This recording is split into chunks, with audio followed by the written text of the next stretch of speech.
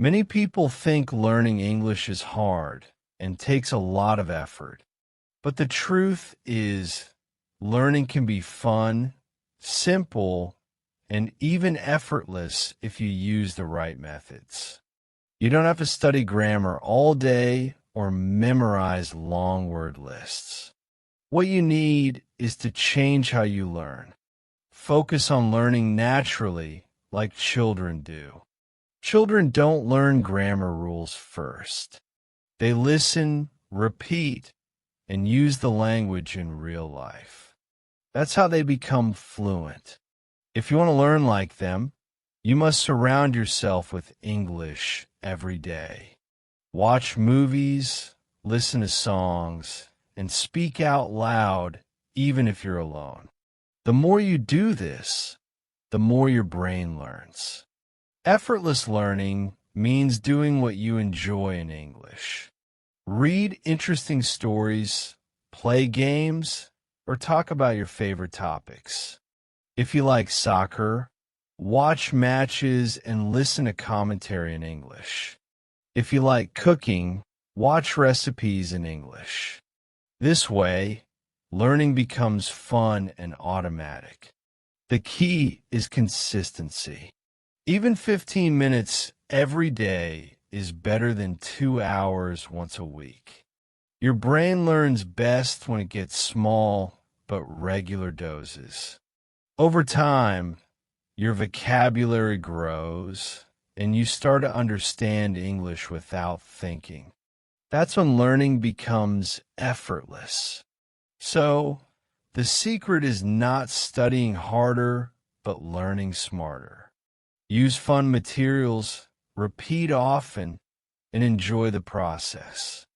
With time, English will become part of your daily life, and you won't even feel like you're studying. Chapter 2, Listening First, Speaking Second. One of the easiest ways to improve your English is by listening a lot. Your brain learns patterns, sounds, and phrases when you hear them often. This is called passive learning, and it's very powerful. You don't need to understand every word. Just keep listening daily. Start with something simple. Podcasts, YouTube videos, or audiobooks made for learners. Repeat them many times.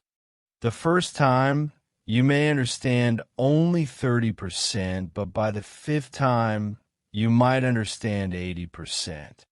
This is how fluency begins, by understanding before speaking. After listening, try repeating what you hear. Pause the audio and say the sentence aloud. This helps you with pronunciation and confidence. Don't worry if you make mistakes.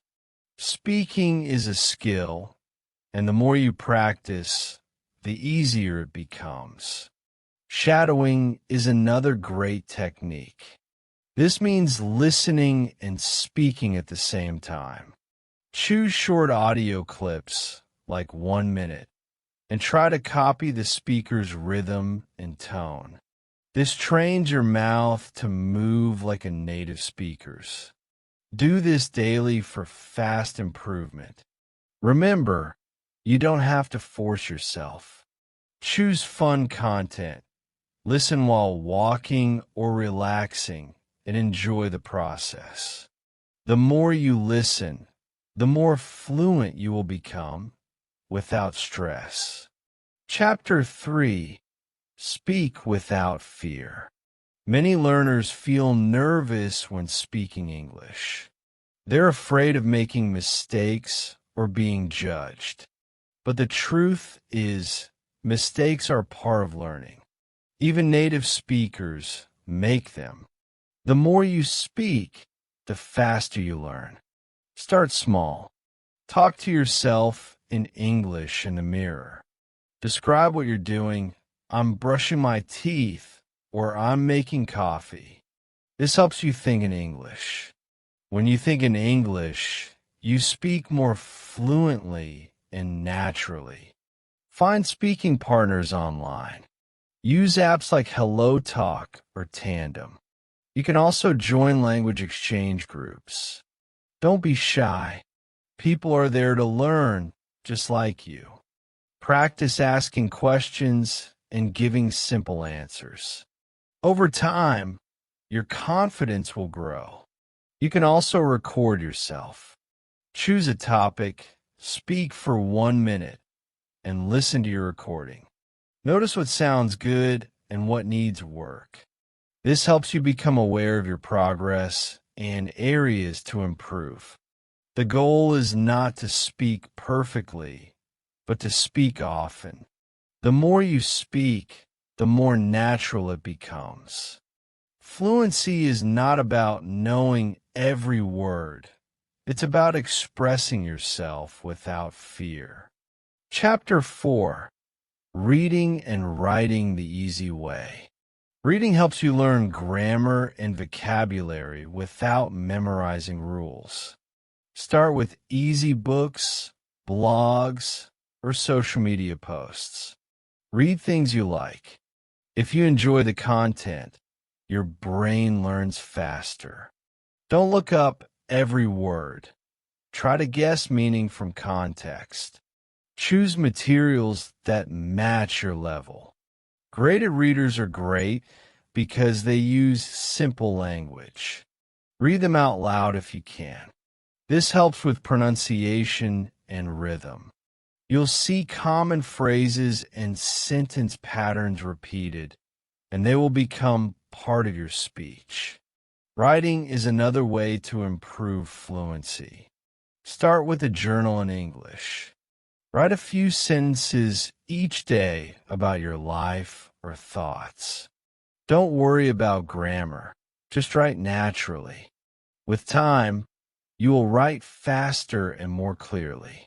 You can also write short messages or emails to friends in English, or comment on videos and posts online. Writing often helps you organize your thoughts in English and improves your vocabulary. Remember, reading and writing don't have to be boring. Choose topics you love, write about your passions, and read stories that inspire you.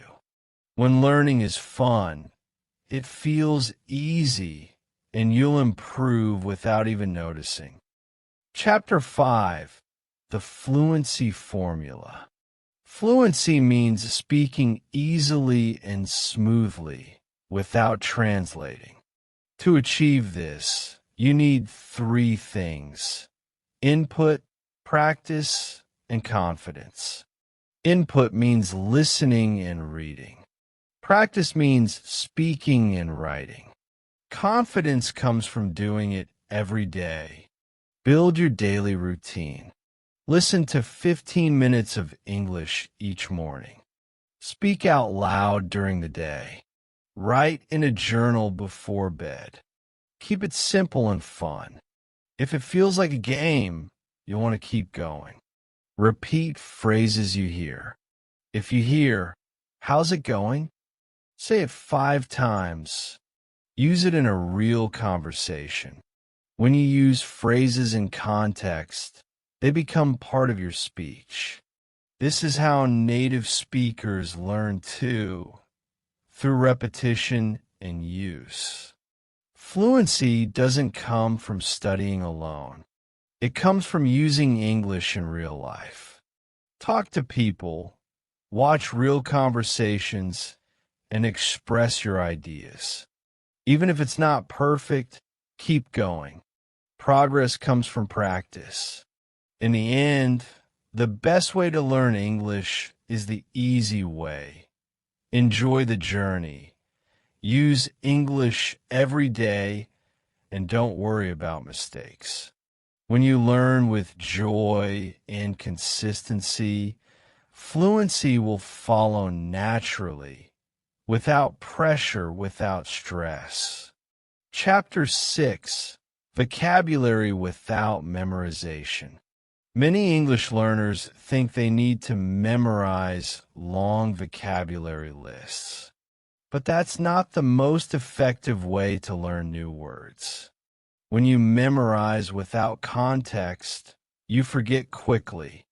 It's better to learn words through stories, conversations, and real-life use. When you hear or read a word many times in natural situations, it becomes part of your long-term memory. Instead of learning isolated words, focus on learning phrases. For example, don't just learn the word chance. Learn the phrase take a chance or give me a chance. Learning vocabulary through context also teaches you how the word works in a sentence. You'll see what prepositions it uses, what verbs go with it, and how native speakers use it naturally. Watching movies, listening to real conversations, and reading books helps you learn this without needing to study grammar. When you understand how words are used, you start to speak and write better. This method is not only effective, but it's also fun and effortless compared to traditional memorization. Another great method is using what you've learned right away. When you learn a new word or phrase, try to use it in a sentence or in your journal. Speak it out loud several times. Repetition and use are key. If you just read a word and forget about it, your brain won't keep it. But if you use it today, tomorrow, and again later in the week, it will stick with you.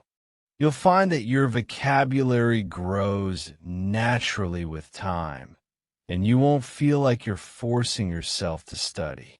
Flashcards can still help, but use them with a twist. Instead of writing just a single word, write a sentence or a short phrase. Add pictures or even a personal story to connect the word to your life.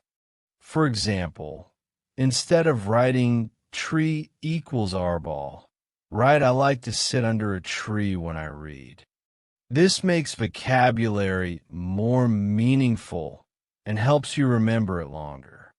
Use apps like Anki or Quizlet to review your cards in small sessions daily. Finally, don't stress if you forget words sometimes. Even native speakers forget words. The key is to keep using English.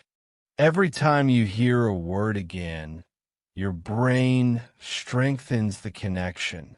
If you keep exposing yourself to English in a fun and consistent way, your vocabulary will grow automatically, and you'll be surprised at how many words you can remember without even trying. Chapter 7: Building Confidence in Real Conversations.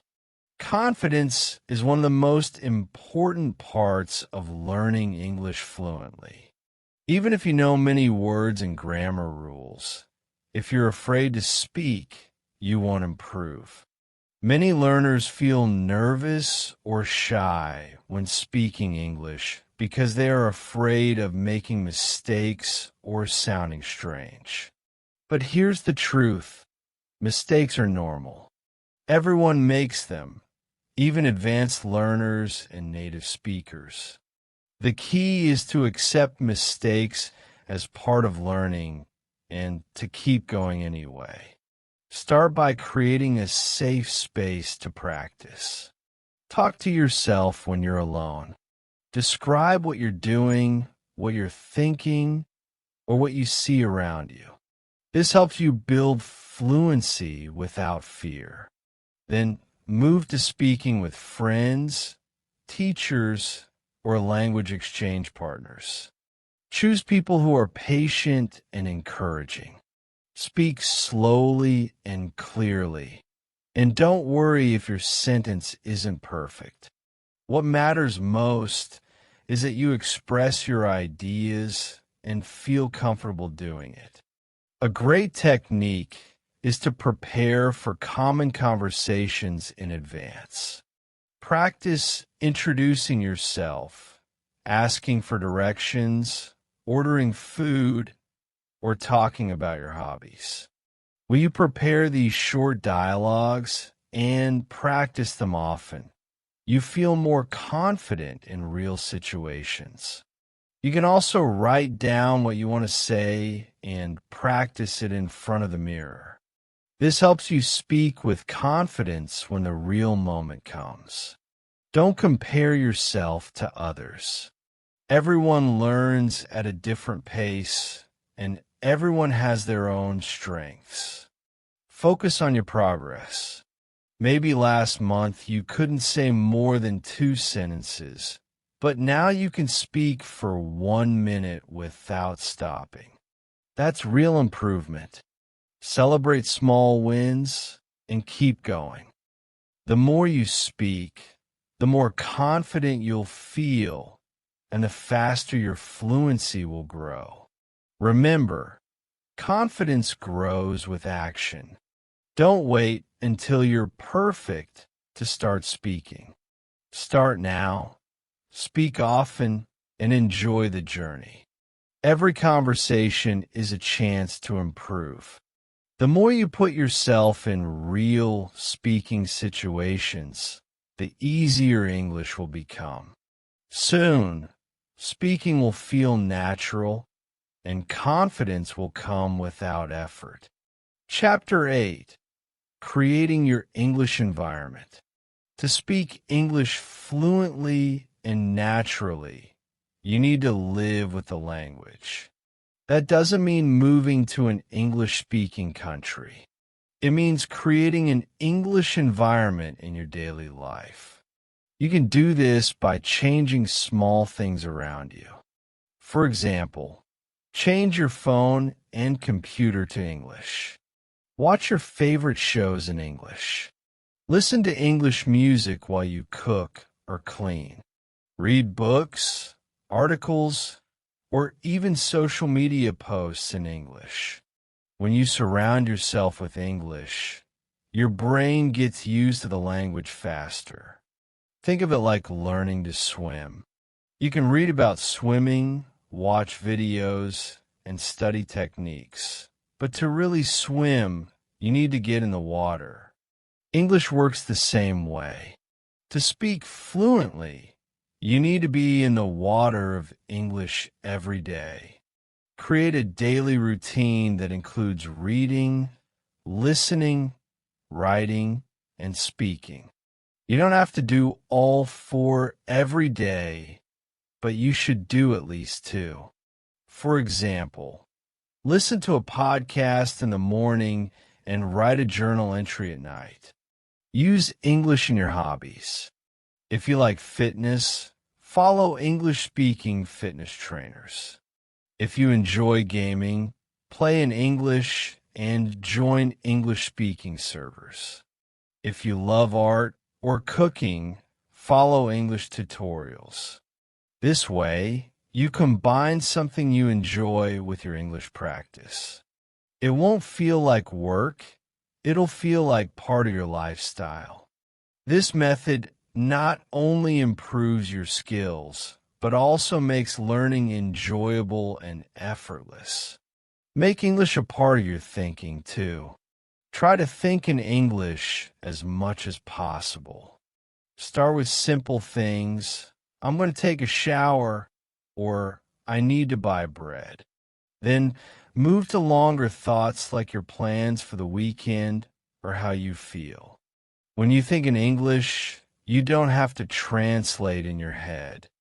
And that's the key to real fluency.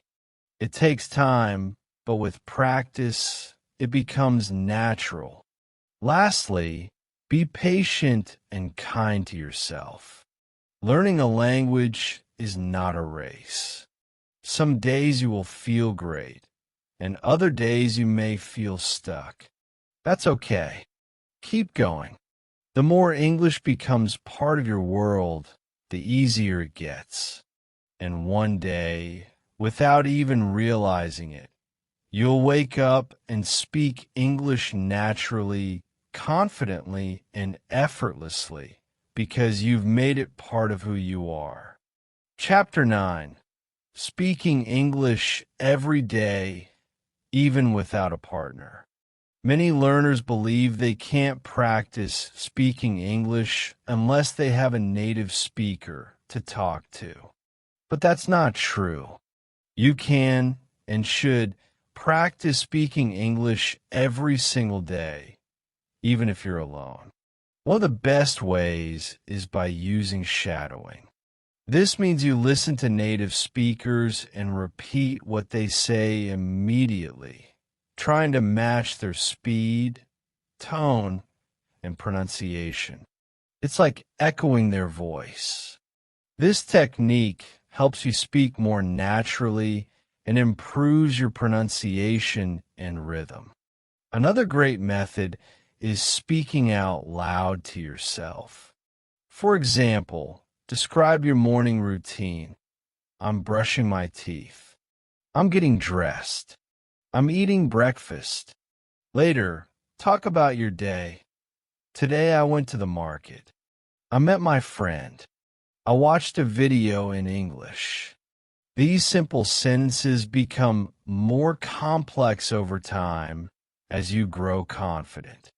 You can also create imaginary conversations.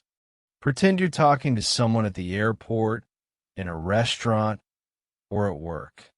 This helps you prepare for real situations and trains your brain to think in English. Recording yourself is another powerful tool. Speak for 1 or 2 minutes on any topic, your favorite movie, what you did yesterday, your dreams for the future. Then listen to your recording. You'll notice your pronunciation, sentence structure, and where you can improve. Don't criticize yourself. Just take notes and try again. This builds self-awareness and helps you sound more fluent with time. You can also use AI tools or apps to simulate conversations. Some apps allow you to speak and get feedback. But even without technology, just reading out loud every day helps. Pick a short article, story, or script and read it as if you're talking to someone. Focus on clarity, emotion, and pronunciation. This daily speaking practice, even if you're alone, can make a big difference in your fluency. Remember, fluency doesn't come from silence.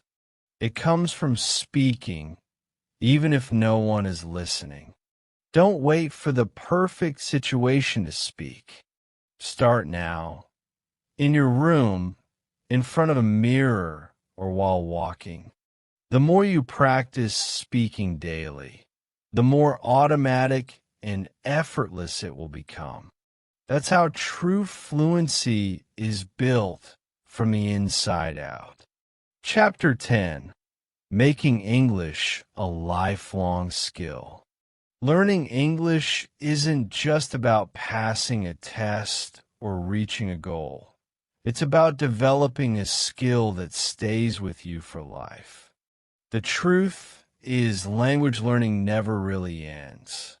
There's always a new word, a new phrase, or a new way to express yourself. But that's the beauty of it. English can become part of your daily life, your identity, and your personal growth. When you stop seeing it as a school subject and start seeing it as a tool for life, your mindset changes and your fluency grows faster. To make English a lifelong habit, keep doing the things you love, but in English.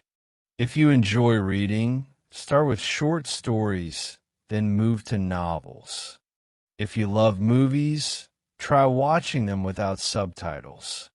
If you enjoy writing, keep a daily journal or start a blog in English.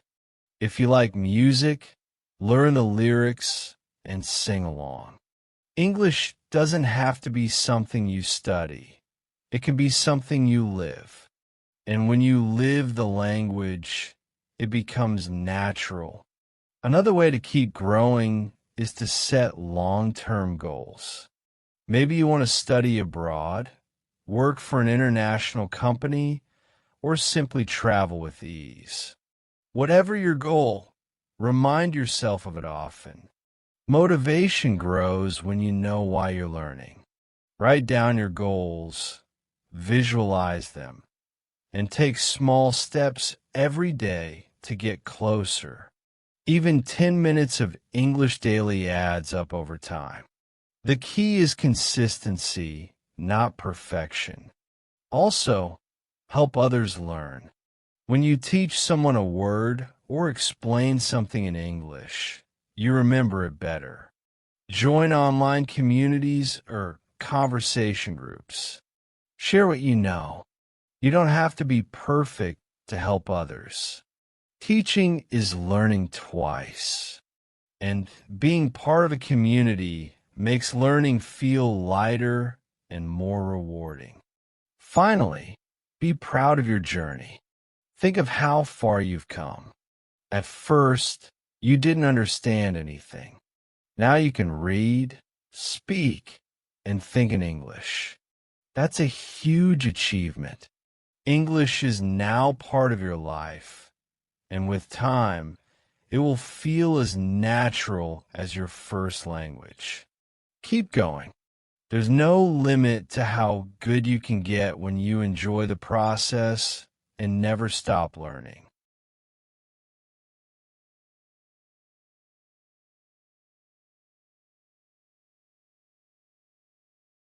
When I first realized I needed to improve my English, I felt both excited and overwhelmed.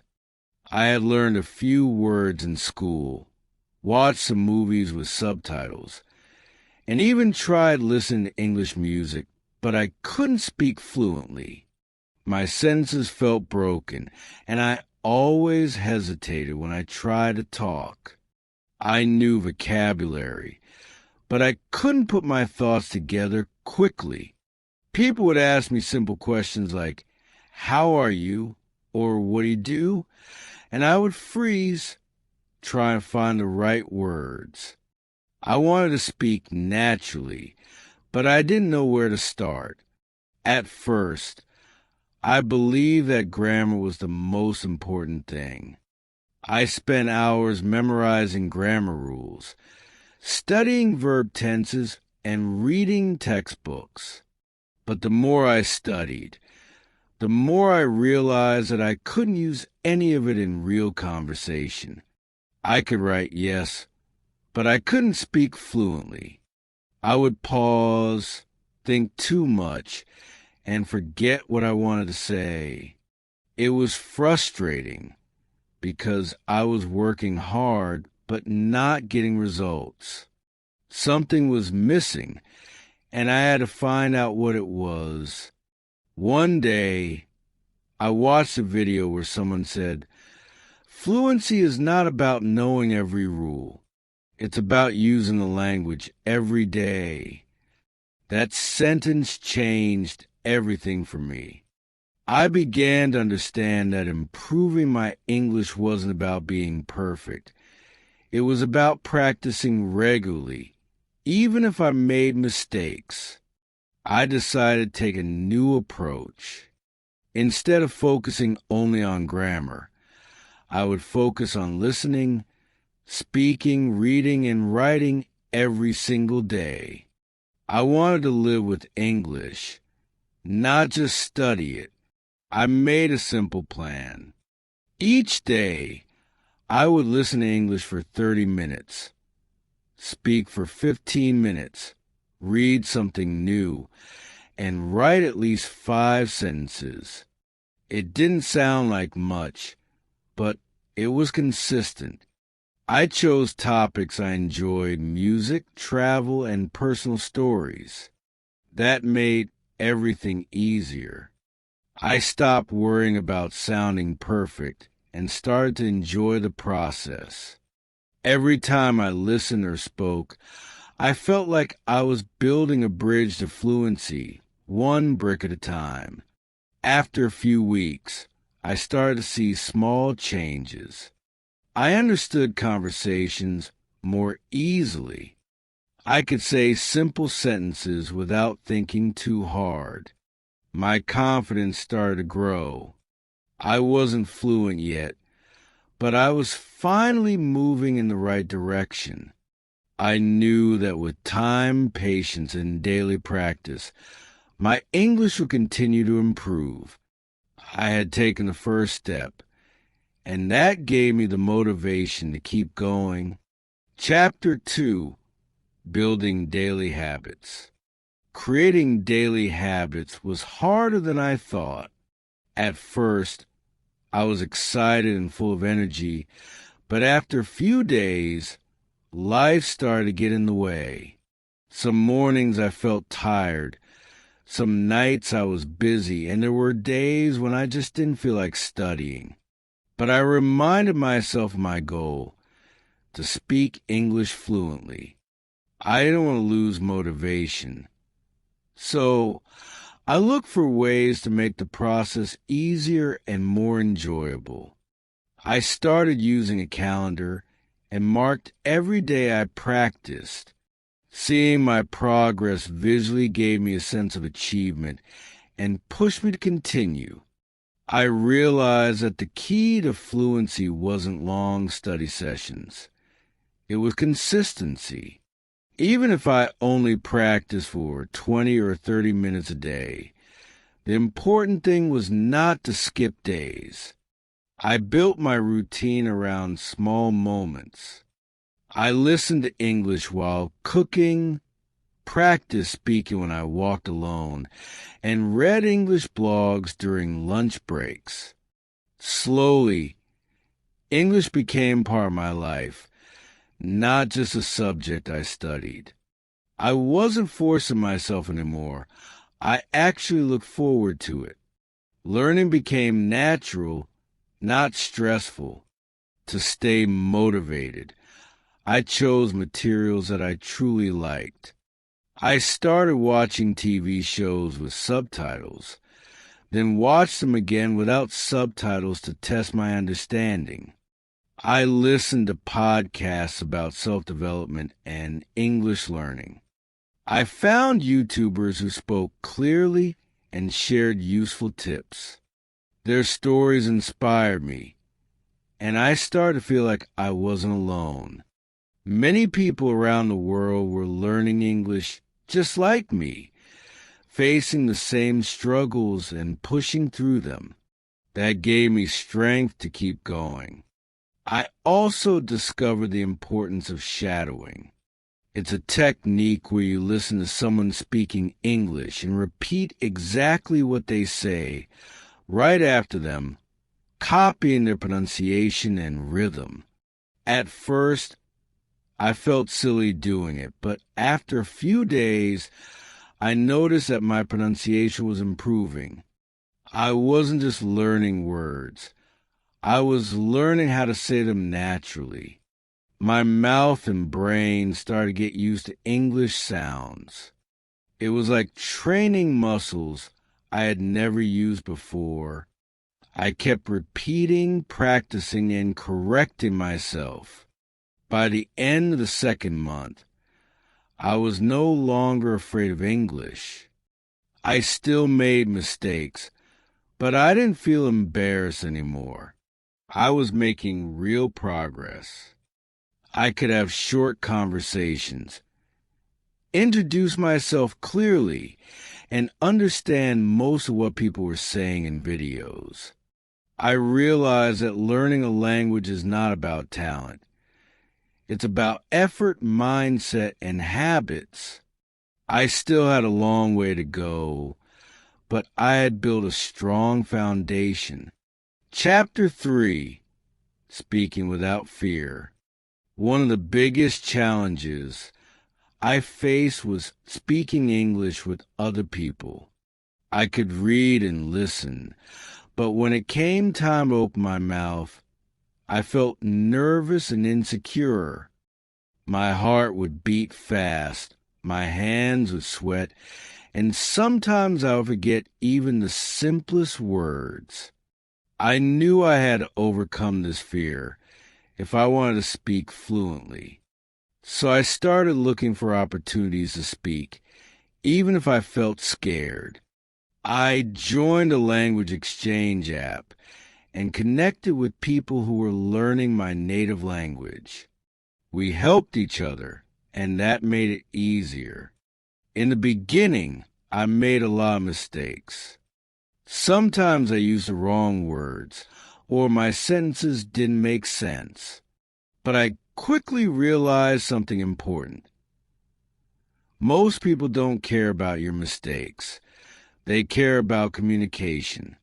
They listened patiently, helped me when I got stuck, and even encouraged me. Those conversations helped me gain confidence.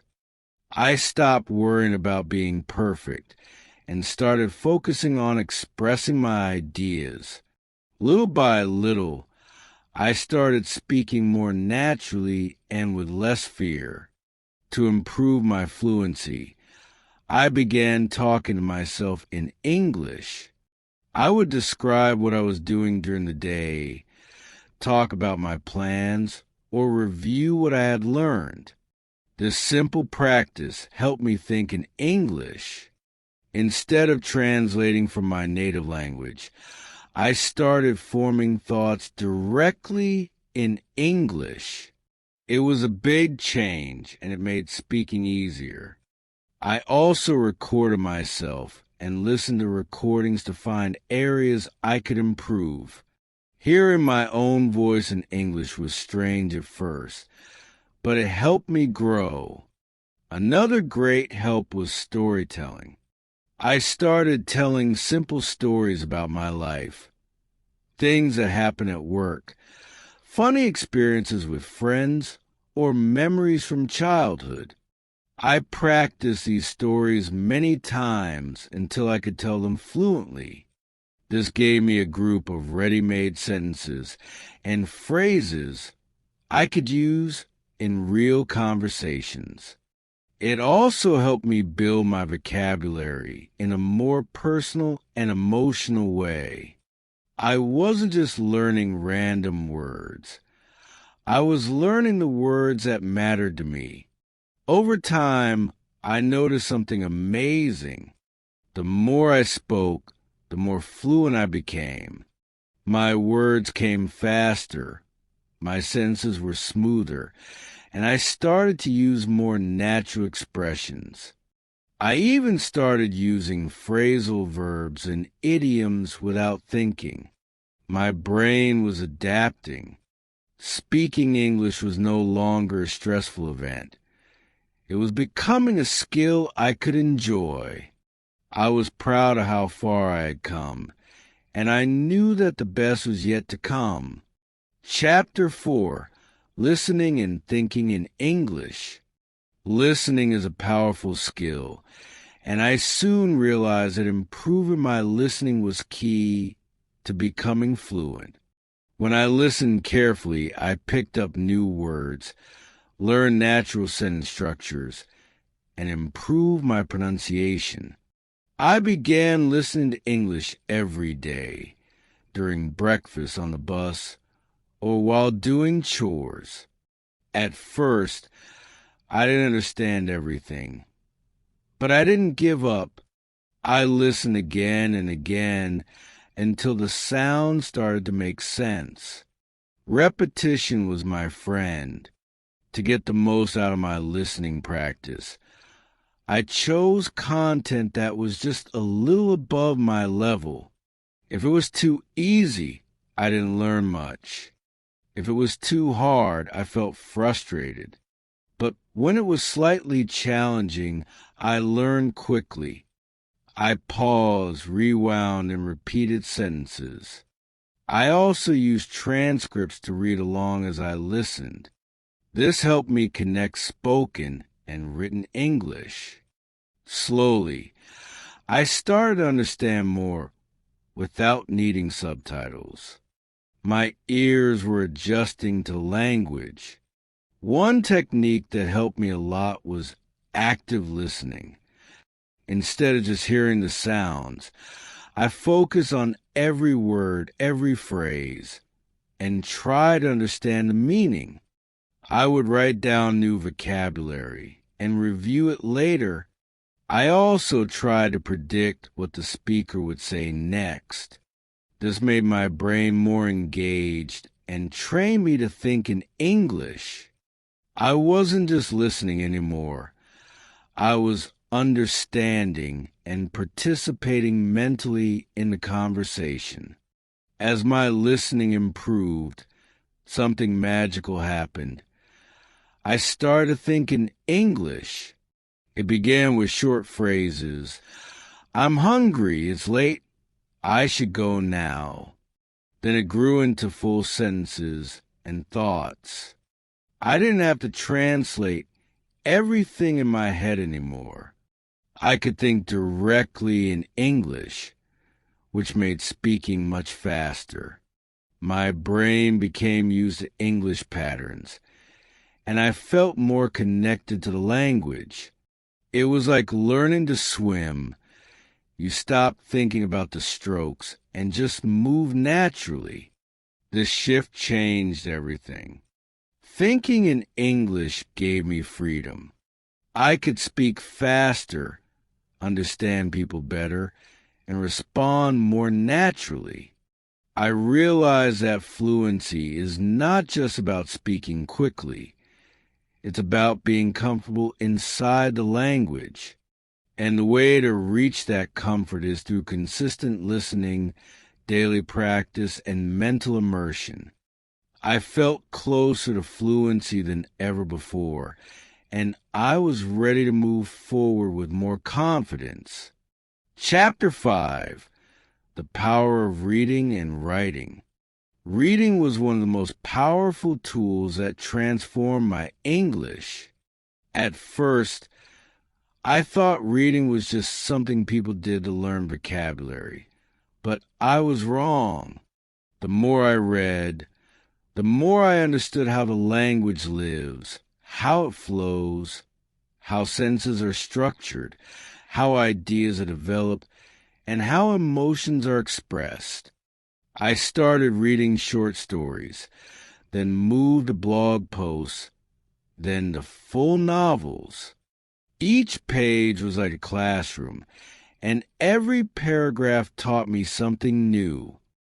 I paid attention to how native speakers described emotions, transitions between topics, and the natural way they express complex thoughts.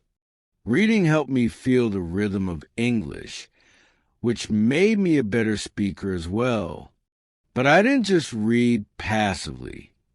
I became an active reader. I highlighted expressions I liked, wrote down unfamiliar words, and reread parts that felt important. More importantly, I began to imitate the writing style. I created my own sentences using the structures I had seen, like, I had no idea that, or, what surprised me the most was. This practice built a strong connection between what I read and how I expressed myself. And soon, I began to write every day.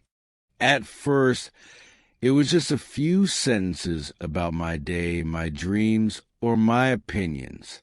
But with time, I started writing short stories, journal entries, and even essays.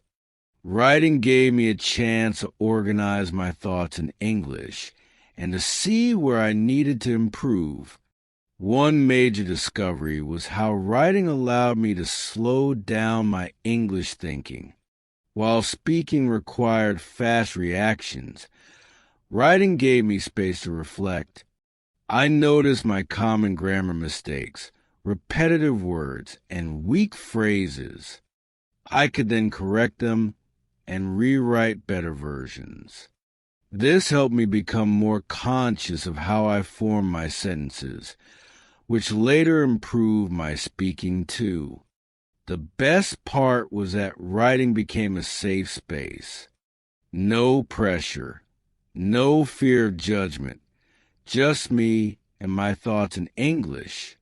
And when I shared some writings with native speakers, their feedback made me better. It was motivating to know I was being understood clearly. In time, reading and writing became my secret fluency boosters. While listening and speaking helped me interact with the world, reading and writing helped me understand the soul of the language. I saw how English is used to persuade, to tell stories, to express feelings, and to teach. I noticed idioms, cultural references, and humor. I understood how language isn't just words. It's a way of thinking. This made me fall in love with English more deeply. I wasn't just a learner anymore. I was becoming a communicator, a thinker in English. That shift gave me purpose and joy. By the end of my 5th month, I had developed a solid base. I practiced daily, listened with intent, spoke without fear, and built my thoughts through reading and writing. I had created an English environment around me. English was no longer a foreign language. It was becoming my language.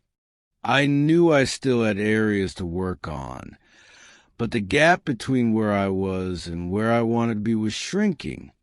I had momentum, and that was more powerful than perfection. Every mistake became a lesson, and every day felt like one step closer to true fluency. Chapter 6, Dealing with Frustration and Self-Doubt. As much as I loved the progress I was making, I would be lying if I said the journey was easy every day. There were many moments when I felt stuck, frustrated, and even questioned if I could ever truly become fluent. Some days, I would listen to a podcast and barely understand anything. Other days, I would try to speak and suddenly forget words I had just studied. Those moments hurt. I felt disappointed in myself, as if all my work had meant nothing. I began to compare myself to others who spoke better or faster, and that comparison stole my motivation. I started to feel like I wasn't good enough. But through those emotional struggles, I learned one of the most valuable lessons in language learning. Progress is not linear. It goes up and down, fast and slow. There are breakthroughs and plateaus. The human brain doesn't learn perfectly. It learns through repetition, correction, rest, and time. I realized that just because I had a bad day didn't mean I was a bad learner. In fact, those hard days were proof that I was pushing myself beyond my comfort zone. And that's where real growth happens. I decided to be kind to myself, to celebrate small wins, and to accept that frustration was part of the process. To stay mentally strong, I started journaling about my journey. I wrote about what I learned, what frustrated me, and how I felt. I also wrote about why I started learning English in the first place. This reminded me of my purpose. I wanted to travel, to work internationally, to make friends around the world, and to understand cultures through their own voices. That dream became my fuel. I created affirmations like, I am improving every day, or my mistakes help me grow, and repeated them when I felt down. They might sound simple, but they gave me strength on days when my confidence was low. I also found support from others. I joined online communities of English learners and shared my challenges. I saw that I wasn't alone Everyone faced doubts, and everyone needed encouragement sometimes. We helped each other by sharing tips, success stories, and failures. Sometimes just talking to someone who understood the struggle was enough to keep me going.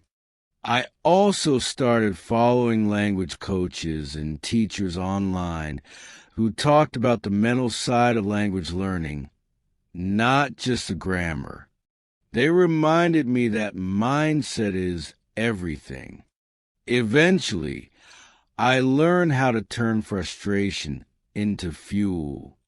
Instead of seeing mistakes as failures, I saw them as information. Each forgotten word showed me what to review. Each confusing audio showed me where to improve. I started measuring success not by perfection, but by persistence. I knew that fluency wouldn't come overnight, but if I kept going, it would come. That deep belief gave me peace. It allowed me to enjoy the journey again, even when the path wasn't smooth. I stopped fighting with English, and instead, I became its partner. That mental shift changed everything. Chapter 7. Living the language every day. After months of steady practice, reflection, and emotional growth, something beautiful happened. English stopped feeling like a subject and started feeling like a lifestyle. I didn't need to remind myself to practice anymore. English had become part of my routine, part of my identity. I woke up and checked the weather in English. I talked to myself while getting dressed. I read the news, watched videos, and even dreamed in English. It wasn't just a goal anymore.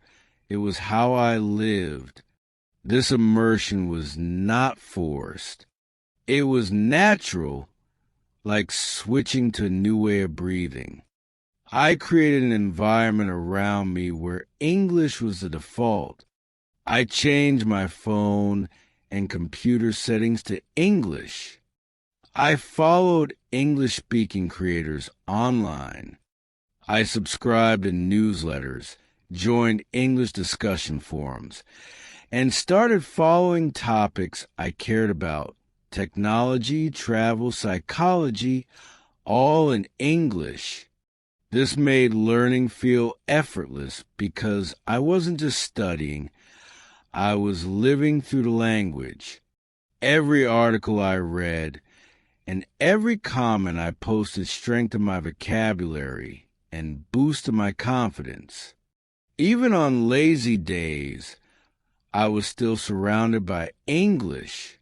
More than that, I started thinking about life in English. When I had deep thoughts, when I planned my week, when I asked myself questions, I used English words. This was the final and most powerful step. Thinking like a speaker, not a student. I stopped asking, am I saying this right? And started asking, what do I want to say? I stopped judging my level, and I started trusting my voice. Fluency, I realized, is not about speaking fast or knowing every word.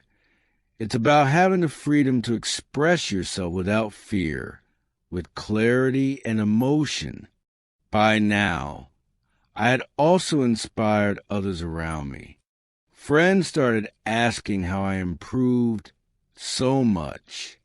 I told them it wasn't magic. It was commitment. It was falling in love with the process, not chasing shortcuts. I shared my story, my struggles, and my systems. And I felt proud, not because I had become perfect, but because I had grown. I had faced every barrier, fear, doubt, confusion, and I kept going. That was the real success. My accent didn't matter. My mistakes didn't define me. What mattered was that I could connect, understand, and be understood.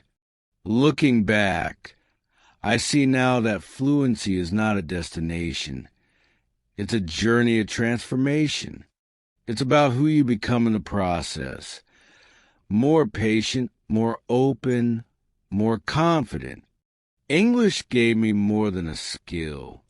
It gave me access to the world, to stories, to ideas, and to people I never would have met otherwise.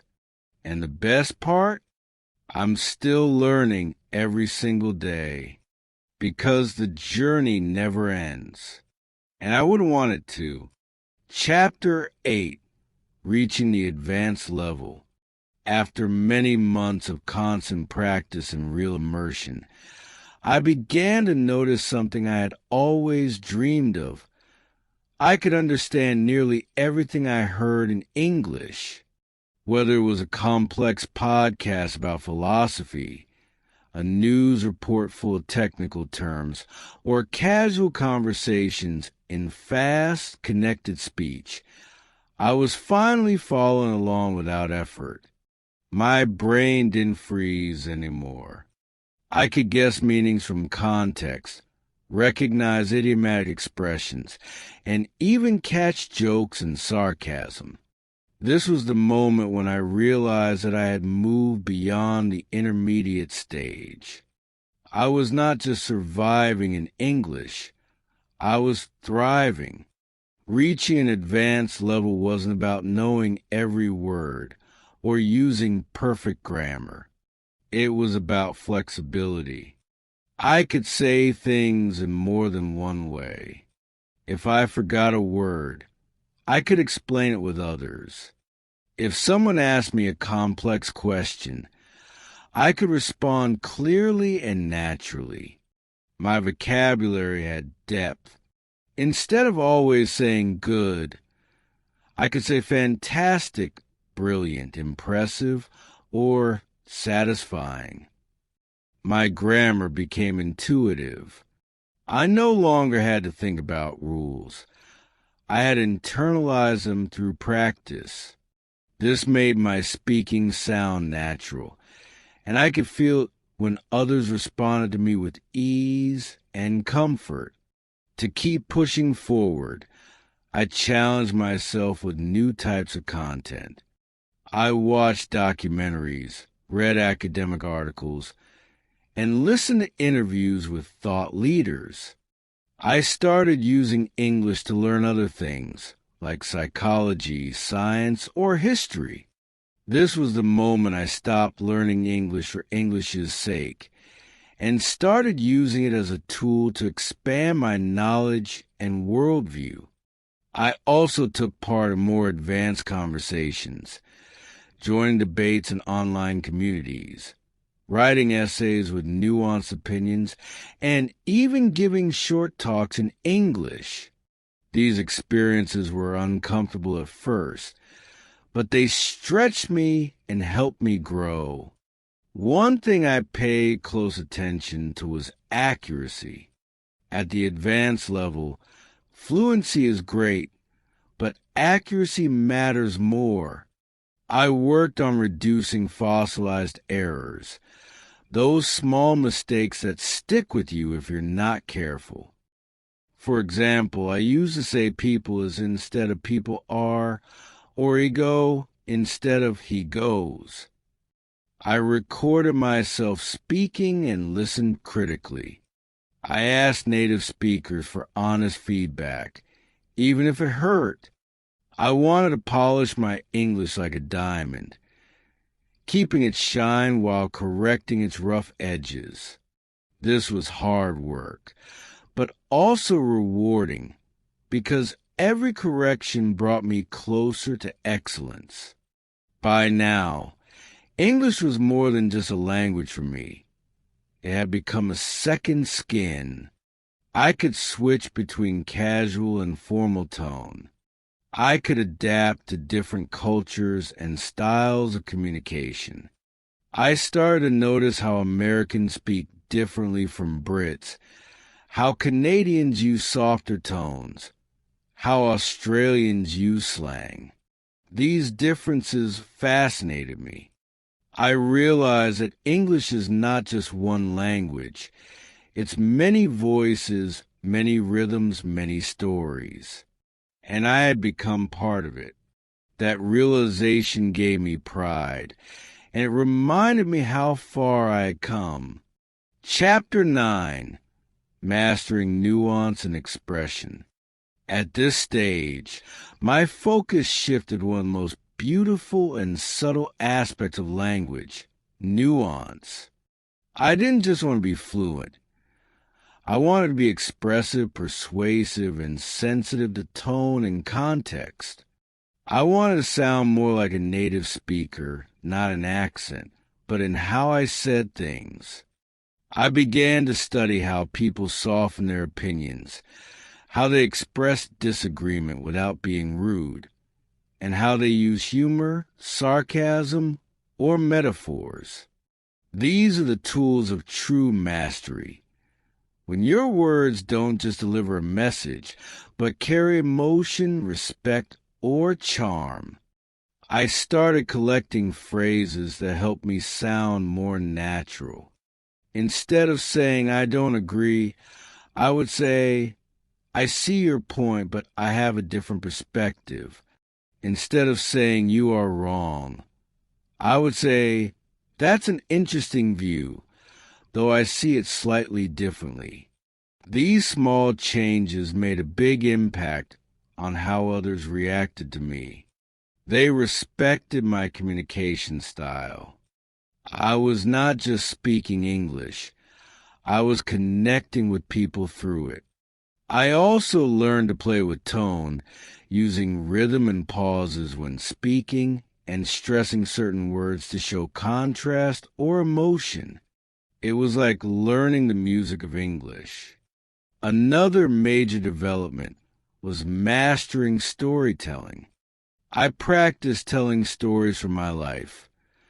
Funny ones, meaningful ones, even embarrassing ones. I learned how to set the scene, build tension, and end with a strong point. I watched TED Talks, stand-up comedian, and podcasts to study how great storytellers use their voice and vocabulary. This helped me become more engaging in conversations. People listened when I spoke. They laughed, asked questions, and remembered what I said. That felt amazing because it meant I was not just fluent. I was memorable. Of course, mastering nuance also required cultural understanding. I paid attention to how people use body language, how they joked, how they apologized or complimented. I noticed that in some cultures, directness is appreciated, while in others, politeness matters more. Understanding this helped me communicate not just in English, but with English speakers from many backgrounds. I became more adaptable, more respectful, and more aware. That awareness didn't just make me a better speaker. It made me a better listener, a better learner, and a better human being. Reaching this level of expression was one of the most satisfying parts of my journey. I no longer felt like an outsider in the English-speaking world. I felt like a full participant, able to express my thoughts with color, detail, and impact. I could inspire, persuade, joke, and empathize all through English. And I knew that this kind of mastery didn't come from luck.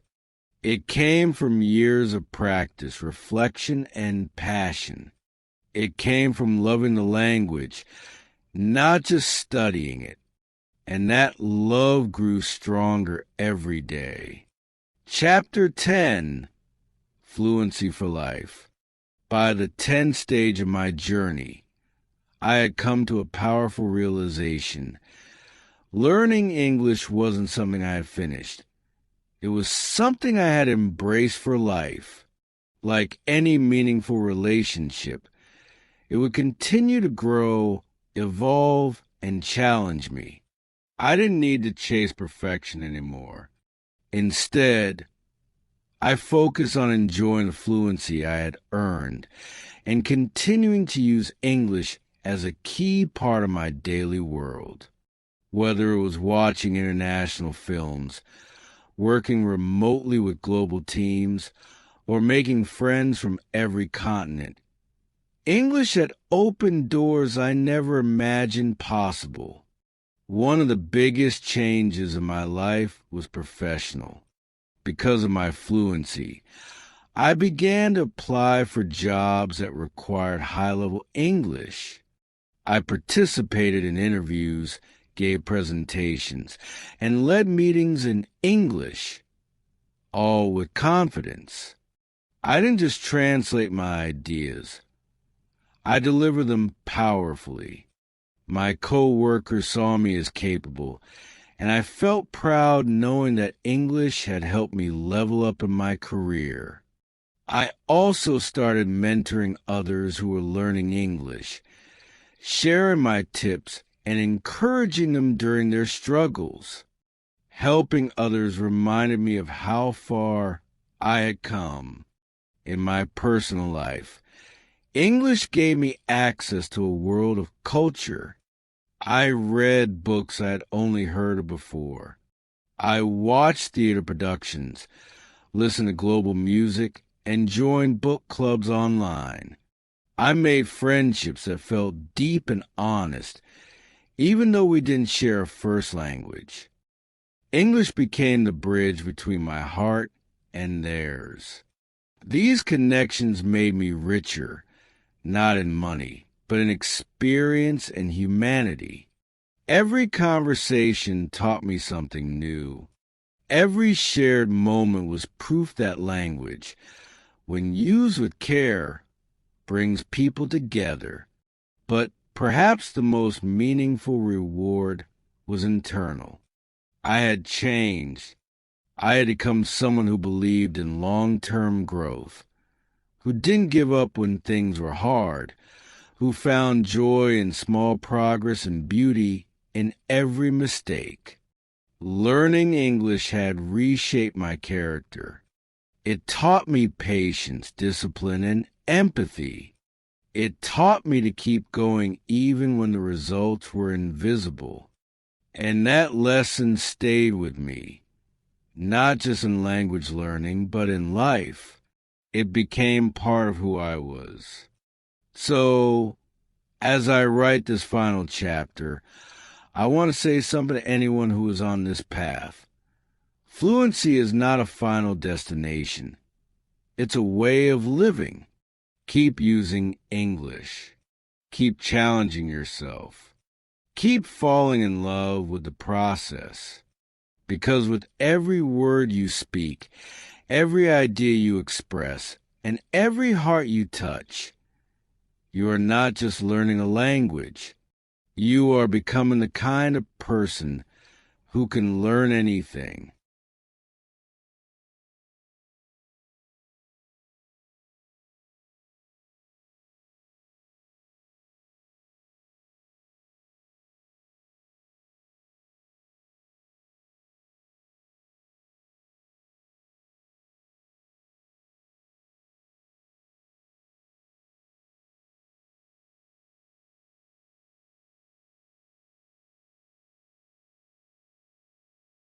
I remember the first time I wanted to learn English. I was watching a movie with my friends, but there were no subtitles in my language. Everyone was laughing at the jokes, but I didn't understand anything. I felt like I was in another world, unable to connect. I just sat there quietly, pretending to smile. That moment made me feel embarrassed, but also gave me a strong reason to start learning English.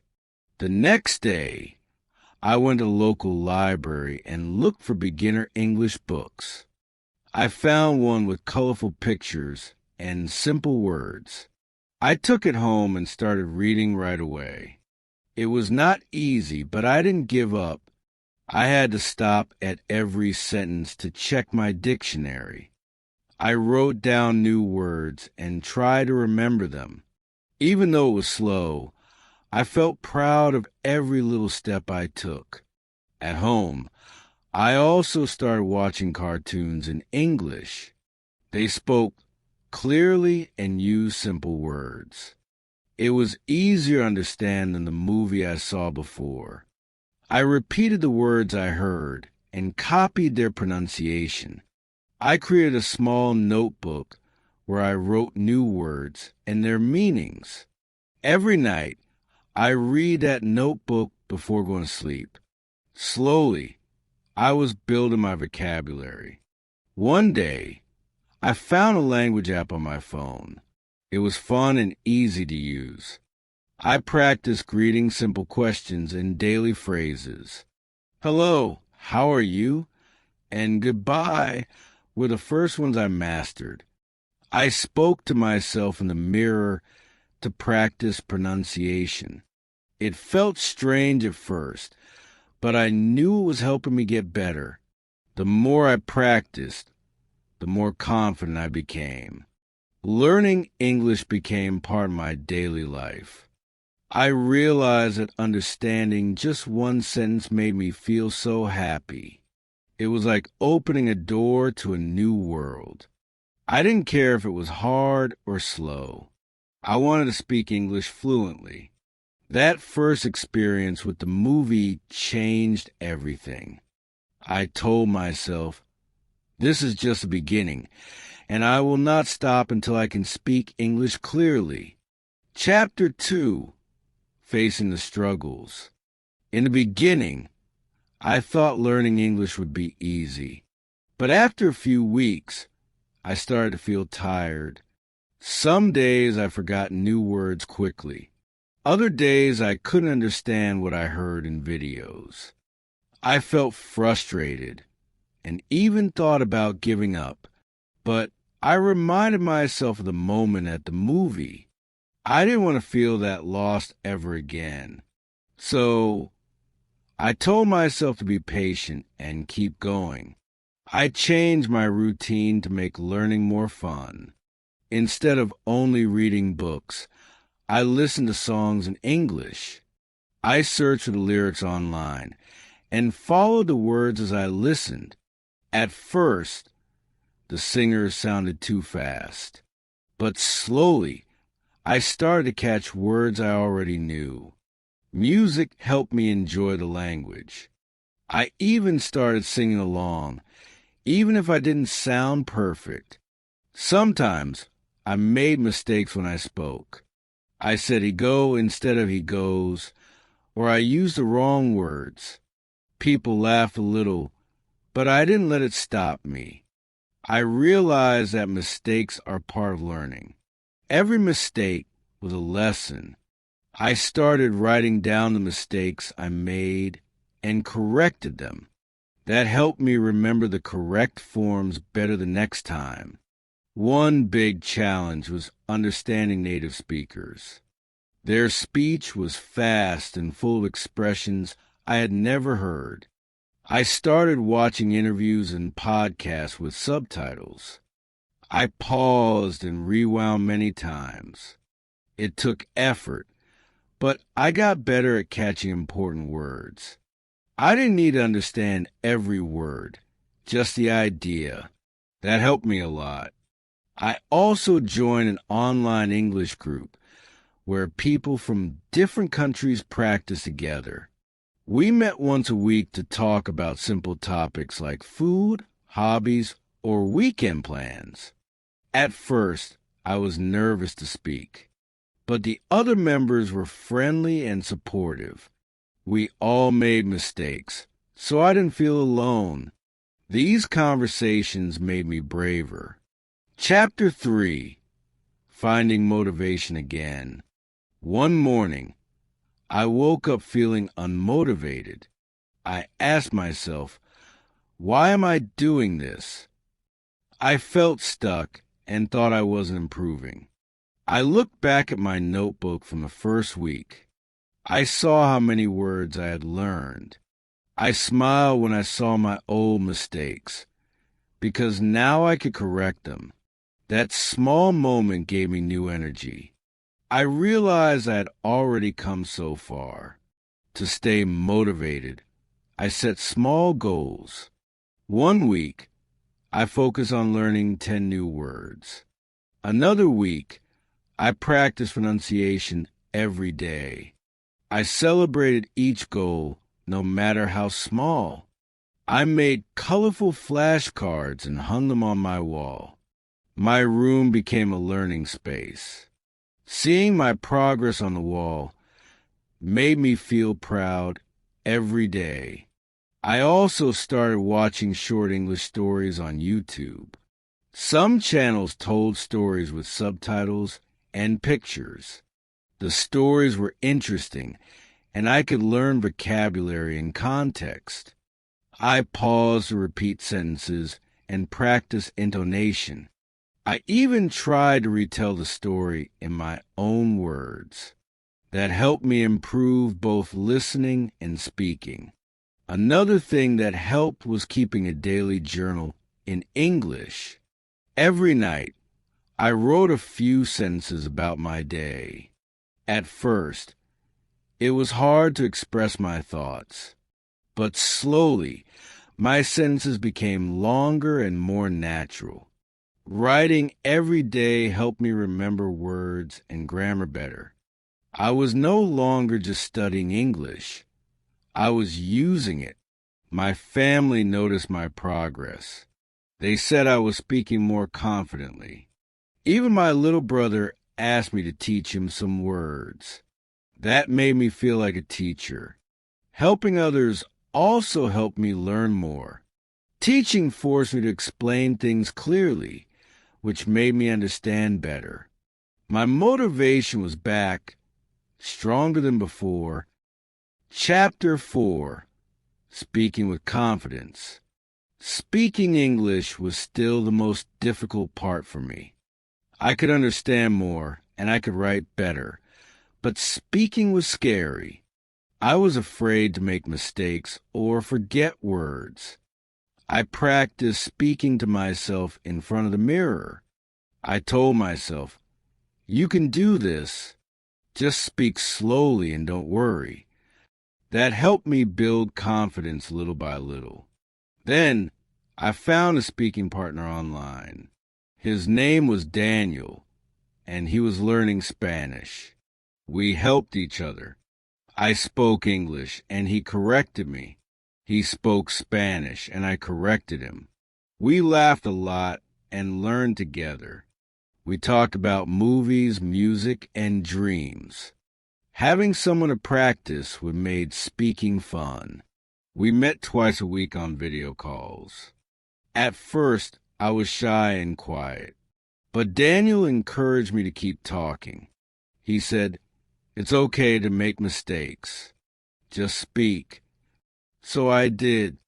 I prepared topics before our calls, like my favorite food or a place I want to visit. That helped me stay focused and practice vocabulary. Little by little, I became more fluent. My sentences were faster, and I didn't pause as much. I stopped translating in my head and started thinking in English. That was a big moment for me. I realized I could have a full conversation without panic. I was proud of myself and felt more confident every day. I even started recording myself speaking. I listened to recordings and corrected my pronunciation. It was strange to hear my voice, but it helped me improve. I saw how far I had come. From the quiet boy at the movie to someone who could talk for 5 minutes in English. And I knew this was just the beginning of something even greater. Chapter 5, Real Life Practice. After months of studying and practicing online, I wanted to try my English in real life. I went to a tourist area in my city where many foreigners visit. I heard people speaking English all around me. At first, I was nervous and just listened, but then I saw a couple looking at a map, and I decided to help. I said, "Do you need help?" They smiled and said yes. We started talking. I showed them the way to the museum, and we continued chatting for a few minutes. I made some grammar mistakes, but they understood me. They were kind and patient. That small conversation made me feel powerful. I had used English outside of a classroom with real people. It was an amazing feeling. After that, I looked for more chances to speak. I visited places where tourists go and offered help. Sometimes I just said, "Hello, where are you from?" It became easier every time. I learned how to start conversations, how to listen, and how to respond naturally. I realized that real-life practice is one of the best teachers. I also started volunteering at an English language center as a helper. I welcomed students and helped them find their classrooms. I talked with teachers during breaks. Even small conversations helped me practice daily. The more I spoke, the less afraid I became. Speaking English no longer felt impossible. It felt like a skill I was building. I understood that learning English is not just about words and grammar. It's about connection, communication, and confidence. The more I use it in real life, the more it became part of who I am. I wasn't perfect, but I was improving, and that gave me the courage to dream bigger. Chapter 6, A New Opportunity. One day, my English teacher told me about a contest. It was a speaking competition for language learners. We had to prepare a short speech in English. At first, I was afraid. Speaking in front of people sounded terrifying. But something inside me said, "You can do this." I decided to join and give it my best. I wrote my speech about my journey learning English. I practiced it every day. I stood in front of the mirror and recorded myself. I memorized the key parts, but I also tried to speak naturally. My friends helped me practice and gave me advice. The more I rehearsed, the more confident I felt. On the day of the contest, my hands were shaking. I looked at the audience and took a deep breath. Then I began. I spoke slowly, clearly, and with emotion. I told them about the first time I felt lost in a movie and how that pushed me to learn English. I talked about my struggles, my progress, and my dreams. When I finished, the room was silent for a second, then filled with applause. I didn't win first place, but I won something even better: confidence. Many people came to me afterward and said, "Your story inspired me." That meant the world to me. I saw that my journey could help others. I learned that when you share your story, you give hope to others who feel the same way. That contest changed me. I was no longer just a student. I was someone with a voice in English. I realized I could not only speak, but also inspire. From that day on, I saw English not as a subject, but as a tool to express myself and connect with the world. Chapter 7. English becomes part of me. Now, English is part of my daily life. I think in English, I dream in English, and sometimes I even talk to myself in English. It has become a natural part of who I am. I watch English news, read books, and listen to podcasts every day. I keep learning new things, but now I enjoy the process more than ever before. My friends often ask me how I improved so much. I tell them it wasn't magic. It was practice, patience, and never giving up. I remind them that mistakes are normal and progress takes time. I share my favorite tips, like reading out loud, watching with subtitles, and writing a daily journal. If I can do it, anyone can. Recently, I started helping beginners online. I joined language exchange groups and offer to be a practice partner. I correct their grammar, teach pronunciation, and share what helped me. Helping others makes me feel happy and motivated. It also helps me review what I learned and keep improving. English has opened many doors for me. I got a part-time job helping tourists, and I can now apply for scholarships that require English. I even plan to travel abroad one day and study in an English-speaking country. My dream is to speak like a native, and I know I'm getting closer every day. Looking back, I'm proud of my journey. From not understanding a single word to now having full conversations, I've come a long way. English changed my life, and I know it will keep helping me in the future. I will continue learning, sharing, and growing one word at a time. Chapter 8, Learning from Mistakes. As I continued using English every day, I noticed something important. Mistakes help me grow. At the beginning, I was afraid of saying the wrong thing, but now I see mistakes as teachers. Every time I said a sentence incorrectly, someone would correct me, and I would remember it better. I even started writing down my mistakes in a special notebook. That notebook became one of my favorite tools. I wrote the incorrect sentence, then the correct version, and finally a short explanation. I reviewed the pages often, and each time I learned something new.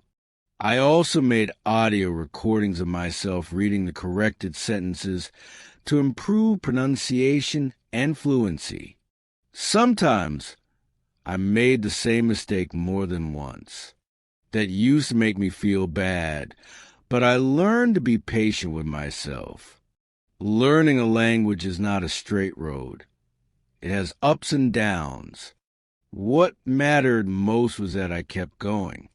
Every mistake showed that I was trying, and trying is what leads to success. One day, I used the wrong verb tense while speaking with a tourist, and he smiled and said, "That's okay, I understand you." His kindness reminded me that communication is more important than perfection. The goal of language is not to be perfect, but to connect with others. That moment gave me a new perspective. After that, I became less afraid. I spoke more freely, without stopping to check every sentence in my head.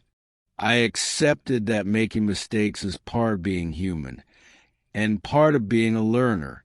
And because of that, my confidence grew even more. I became proud, not just of how I spoke, but of how far I had come. Chapter 9, A Dream Come True. After many months of studying and practicing, something incredible happened. I applied for a short exchange program in another country, and I got accepted. I was going to travel to Canada for 3 weeks to practice English and experience a new culture. I couldn't believe it. All my hard work was finally opening big doors. I prepared everything for the trip, my passport, my suitcase, and most importantly, my mindset. I told myself, this is your moment. Use everything you've learned. When I arrived in Canada, I felt nervous but excited. Everyone spoke English all the time. It was both challenging and exciting. I listened carefully and tried to speak as much as I could. During the program, I met students from different countries. Some spoke better English than me. Others were just starting, but we all had the same goal: to communicate. We helped each other and shared our cultures. We visited museums, went to classes, and stayed with host families. I had to use English in every situation, from buying food to asking for directions. The best part of the trip was a presentation we gave at the end. Each student had to talk about their experience in English. I was nervous, but I remember my speaking contest and told myself, "You've done this before." I spoke clearly and confidently. When I finished, my host family gave me a big round of applause. I felt proud and grateful. That trip changed me forever. I realized that English had become more than just a language. It was now part of my life, my identity, and my dreams. I promised myself that I would continue learning, traveling, and helping others reach their goals too. The journey wasn't over. In fact, it was just beginning. Chapter 10, Sharing the Journey. When I returned home from Canada, many people asked me, "How did you learn English so well?" I smiled and said, "It was a long journey, but I never gave up." Their questions made me think about starting something new, a blog to share my story and tips. I wanted to help others the way others had helped me. I created a blog called English with Heart. I wrote posts about my learning process, the tools I use, and how I overcame my fears. I included pictures, videos, and voice recordings. Soon, people from different countries started reading my posts and leaving kind comments. Some said, "Thank you. Your story inspired me to try again." That made me feel so happy. As the blog grew, I started offering free speaking practice online. Every week, I met with learners and talked about different topics. We practiced together, laughed together, and supported each other. Some of them became my friends. Others improved so much that they also started helping others. We became a community of learners helping learners. I also visited schools in my area to give small talks about learning English. I showed students that it's okay to make mistakes, and that practice really works. I told them my story, from not understanding a movie to giving a speech in another country. Their eyes lit up with hope. I knew I was doing something meaningful.